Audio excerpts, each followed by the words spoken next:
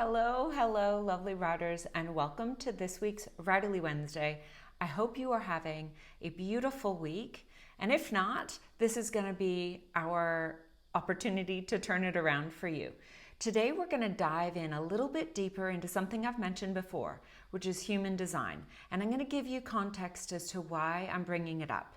Just as a very brief recap, human design is a tool that you can use to help identify some strengths and maybe some challenges in your own personality, in the way that you walk through the world, to make your writerly practice and your career in publishing feel a little bit easier. And if you've been around a while, you know that that is my intention always, to make your writerly life feel better. Now, instead of constantly pushing up against things because he does that or she does that or they said that, I want you to find out more about you so that you can take the path that is meant for you. And I personally believe that human design can give you a lot of insights. As with anything, like I say with editorial feedback, if anything doesn't resonate with you, let it go. So if human design is not for you, that's okay. You can pause it, or you can fast forward, or you can skip it altogether. But if you are open to the idea, I really highly suggest listening to some of the things I've got to say today. Check out your human design chart. I'll have it below in the description, a link to where you can get your chart run for free. So some of these things start to make sense. I'll also say that with human design, when you first get that chart, it's not quite as simple as a horoscope, like I'm one of the 12 astrological signs and I'm just going to read a weekly or a monthly horoscope. It's not that, and it is much more complex and it can look really intimidating, but don't let you put that off. Just take bite-sized chunks. Today, I'm going to talk to you about how I would suggest using human design to set boundaries and to let you discover what is a yes path for you and what is a no path for you. In other words, listening to your internal authority. Why is this important?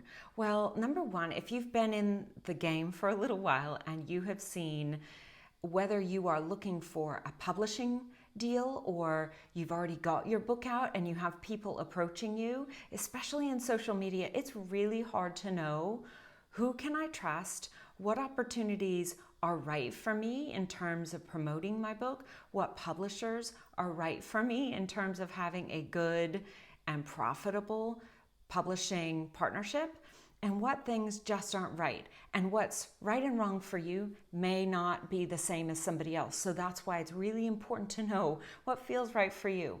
Regardless of the way that things go, sometimes it is whether we listen to our inner instinct or not that tells us how devastated we might be later on when things go pear-shaped, because sometimes they do. I have my own experience with that. If I listen to my instinct, in human design terms, it's sacral. If I listen to that authority and I follow it, or even if I listen to it and I choose not to follow it with eyes open, I feel less strife when things turn out however they do, because I know I did that intentionally. If you get a gut instinct and you don't follow it, that's where you can tend to beat yourself up later.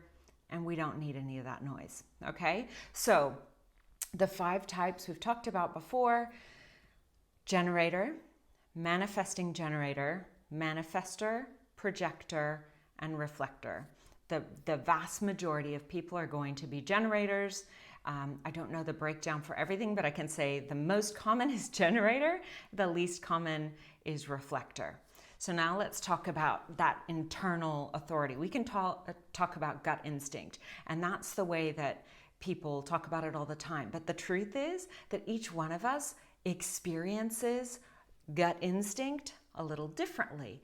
And it was thinking about that and about, I've got sacral authority, so I literally get a gut instinct, a yes or a no. Sometimes a very physical, expansive feeling, or a very physical, restrictive feeling. And when I listen to it, I know. But it isn't the same for everyone. So don't beat yourself up if you've been hearing about trust your gut instinct. And you're like, I don't think I feel it. I don't know what that is. Maybe that's because you have a different type of authority. So we're going to talk about it. Type 1, as I said, with generators or manifesting generators, you can have a sacral authority. And that means, like with my experience, you will get down in your gut a yes or a no. And that's a mm-hmm or mm-mm. And it can be that subtle. Again, the more you listen to it, the more you practice yes or no questions, the easier it is for you to get that instant. And that's it, it's instant. What happens so often now is we get an authority, like we get a hit, but then it travels up to our brain and we second guess ourselves. No second guessing. At the very least, I did an experiment with myself, with my husband. I wrote down a bunch of yes or no questions. I set it aside for a while, and then later I had him ask me out of order so that I could instantly give a yes or a no. I had my eyes closed. I was very relaxed because I knew that my general MO is to override it with thinking. We often do that. And I wanted to get a really clear indicator of what my body was saying in that moment. And there were some massive surprises. So I would highly recommend doing that experiment, especially if you have sacral authority. Just experiment and see how it goes. I would love to hear from you if you're a generator or a manifesting generator with sacral authority, how that's gone for you. Number 2 is emotional authority. And every type except for a reflector can have this type of authority. So again, run your chart. It will tell you what your authority is. If you have emotional authority, what that means is don't decide in the moment. If you have emotional authority, you may have been told before that you are very impulsive or impetuous, and you make a decision on the spot that you feel really excited about. It's very high energy, and you say yes to something, and later you come to regret it. With emotional authority, the key is not to make a decision when your emotions are high or when your emotions are low. And you want to track what your internal feeling is about it over time. So rather than an instant decision, note what your decision is in that moment. This is how I feel. You know, that thought of sleeping on it overnight is perfect for someone with emotional authority. Take a few hours and then retest. Take another few hours and then retest. Think about whatever it is that you are deciding on, whether it is to work with a certain publisher or sign a contract with a particular agent, or choose a certain course if you're going to try self-publishing, or work with a certain PR and promotions company. Whatever the decision is, take your own temperature over time and attempt to not make any decision either in the high emotion or low emotion. And if you're an emotional authority, I think you're going to get what I'm talking about. Like I said with sacral, but instead of an uh-huh or uh-uh, you're going to be somebody who might say, yeah, yeah, yeah, or no, no, no, and have that repetitive nature. Note it, wait, take your temperature again. That's how you use that emotional authority. Okay, so the third type of authority that we're going to talk about today is splenic authority. Now, this is only for those of you who may be a projector or a manifestor. It's not all projectors and manifestors, but check your chart. Again, if you don't already have it, go and get that. Use the link below. If you are a splenic authority, projector or manifestor, what you get is similar to sacral authority, but even more subtle in certain ways. And it's you get an intuitive hit once. That's it. It's instant. And the way that it feels is either a moving toward or a moving away. Either you want to get it or you don't want it, and it is subtle. So because you only get it once, the only way to really know what the answer is, if you haven't registered it fully in the moment and you want to go back, the best way is not to just think about it, but actually get into what I would say is like a really relaxed meditative state. And how did you feel in the moment you heard about that opportunity? The contract being offered, or the ads being offered, the review being offered, whatever it is, how did you feel? If it felt like a move toward, great, that's a yes. If it felt like that is a move away. Anything that's between, if it's not a yes, it's a no. If it's not a full yes, it is a no. It's really important with all of these authorities to practice, especially if it's an intuitive hit like a sacral or a splenic, because we are such overthinkers in our society, especially as writers as well. But by and large, all the humans I know are thinkers, because that's rewarded.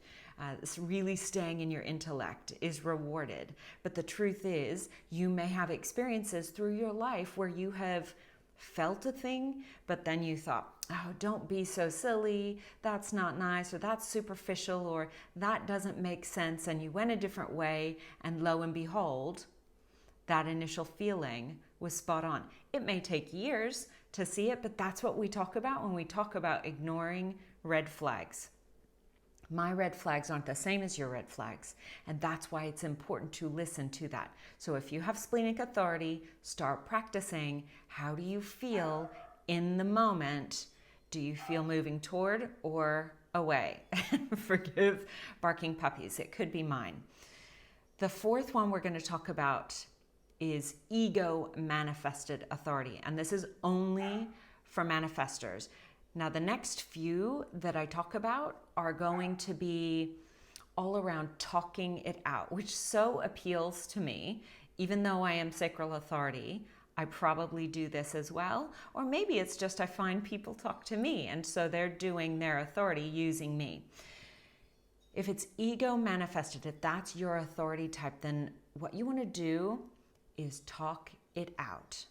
What you say in the moment, without trying to control what you're talking about. So talk about whatever the opportunity is, whatever the offer is, whatever the dynamic is. Talk it out.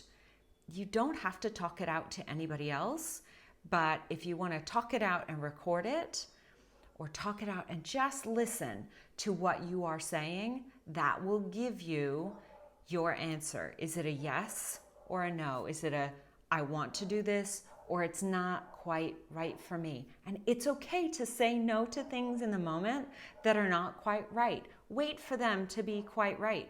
It's sort of if you are a meat eater and you've gone and eaten steak and they ask you, how do you want it done? Do you want it bloody? Do you want it rare? Do you want it medium? Do you want it well done? It's okay to wait until it's the way that you want it before you say yes. This is your permission. But the important thing is to talk about it, again, as I said, without control. Like you're not trying to make it be something. You are simply talking it out so that you know. Sorry, I've got some notes because this is a lot.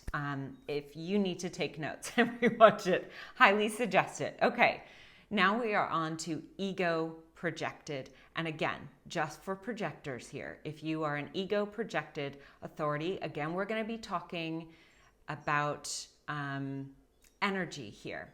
If you are ego projected, you want to know instantly when you get that opportunity or when it's raised, do you feel like you have energy for it? Or do you not have energy for it? And it's as simple as that if you're ego projected, which I love. If you're a projector with this, great. You're really, really listening to yourself here. Do I have energy for it? Yes. Cool. Go for it. If I don't, no, not right now. And really being protective of that energy you have. Projectors is a little snippet.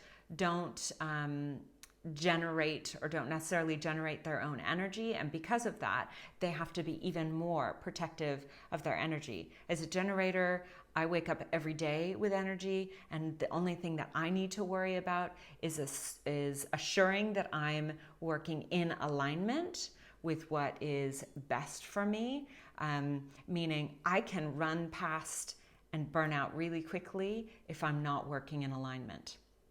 Right? So projectors have a limited amount of energy. So listen to it. If you're ego projected, do I have energy for that? Feel it.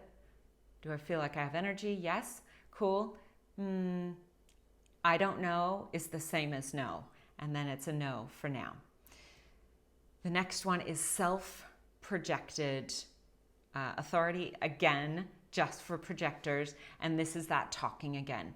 This time with self-projected, you want to talk about it with a trusted person, a friend, a family member, somebody that you trust implicitly. And again, it's sort of like, as a writer, you may be a writer who you don't know what you think until you write it.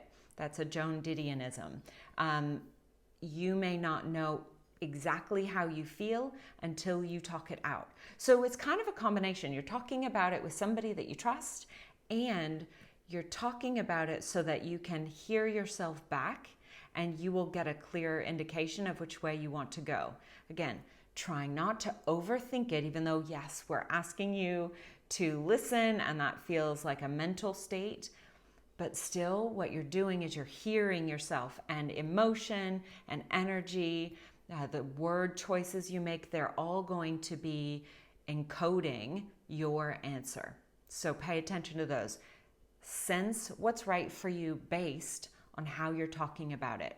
Now, this last one is no authority. So if you come up with a chart, and again, that's a mental projector, officially, it's not a reflector, but I'm going to talk about reflectors really quickly in a minute. But a no authority, if that comes up in your chart, that again, we go back to talking. And because it's a mental projector, that means that really it is talking it out, and as much as possible. So not just to one trusted person, but talk about it with lots of people, because the more you repeat it, the more you say it to different people who have not just different opinions, but just spark different things for you, that is going to get you closer and closer to what you feel. Right? And mental projectors are going to feel like they live a little bit more in here as opposed to here. Don't get confused. I still say drop down here. But if you are a mental projector and you have no authority, then this talking it out over and over and over again will be the key to you figuring out what's right for you. Finally, reflectors, the beautiful, oftentimes called unicorns in human design, very rare. They do have an authority, so it's not true to say no authority, but their authority is an outer authority. And I get it. This can be really, really frustrating if you are a reflector, because the authority is the lunar cycle, and that means on a 28-day cycle. So it's similar to the emotional authority, where you're taking your temperature over time. That's how I relate it to reflectors. What you want to know is, I'm not going to make a decision now. I'm going to wait, I'm going to wait, I'm going to wait and see how it feels. The way that life runs, don't beat yourself up if you're given a deadline and you are supposed to make a decision by then. Trust that whatever decision that you make within that deadline is going to be right for you in that moment.